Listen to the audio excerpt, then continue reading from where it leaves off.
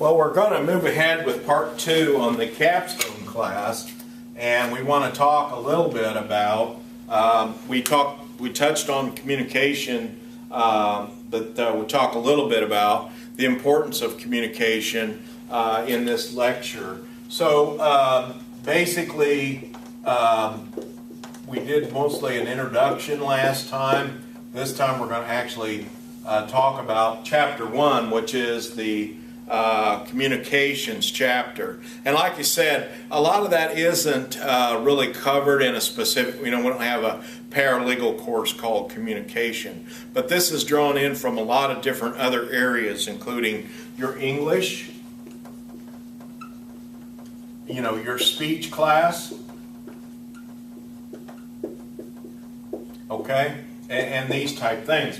And I want to mention to you that there is an author and a college professor.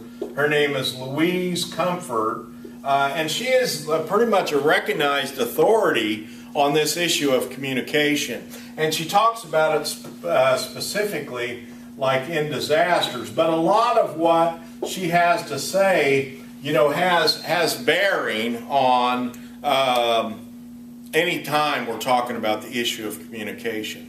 Communication is one of the biggest failures that we have in our society.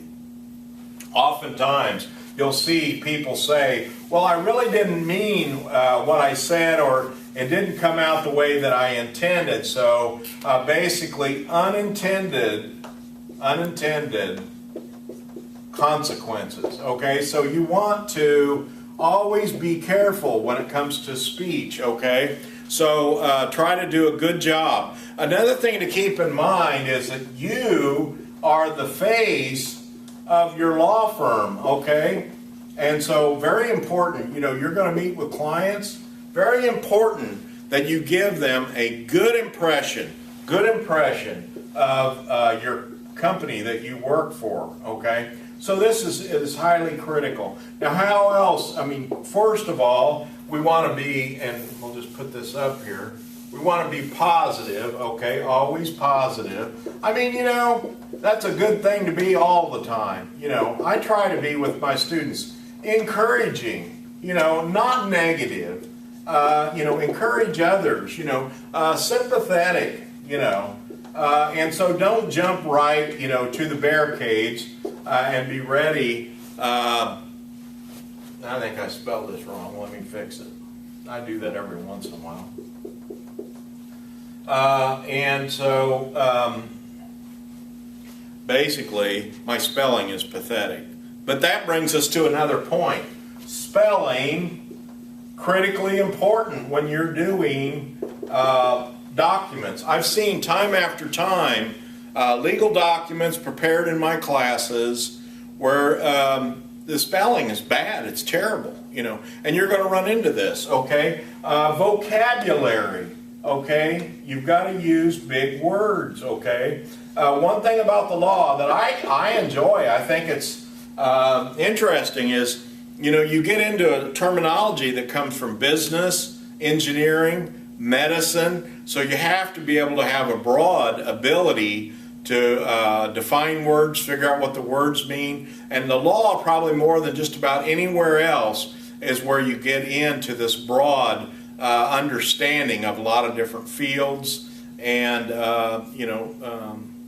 legal terms and engineering terms and so forth. So very important, to have a broad understanding of vocabulary.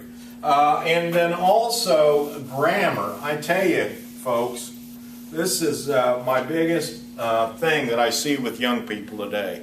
Grammar, terrible. And when you get into the business world, that's not going to fly, okay? Stuff like, I done did it, okay? And I hear this all the time in my classes. I done did it, okay? That's totally wrong, okay? You can't talk like that. It's just not going to get it. And so what you've got to do is be very conscious, and that's what you're going to be tested on in this section, is your ability to communicate as a professional, okay? Very important in this course. So you've got to be able to be professional in your communication. So grammar, spelling, vocabulary. Now, sometimes I've met people that use a stilted vocabulary. What do we mean by a stilted? Well, you use inappropriate big words, okay? And it's not necessary, okay?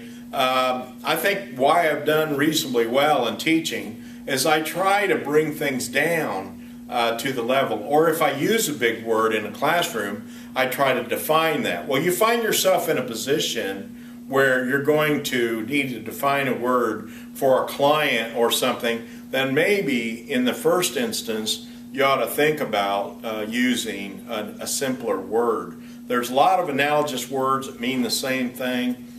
So, once again, you've got to be very careful, in choosing your words wisely when you're engaged in communication. So that's the biggest thing that I wanted to share with you on this class today.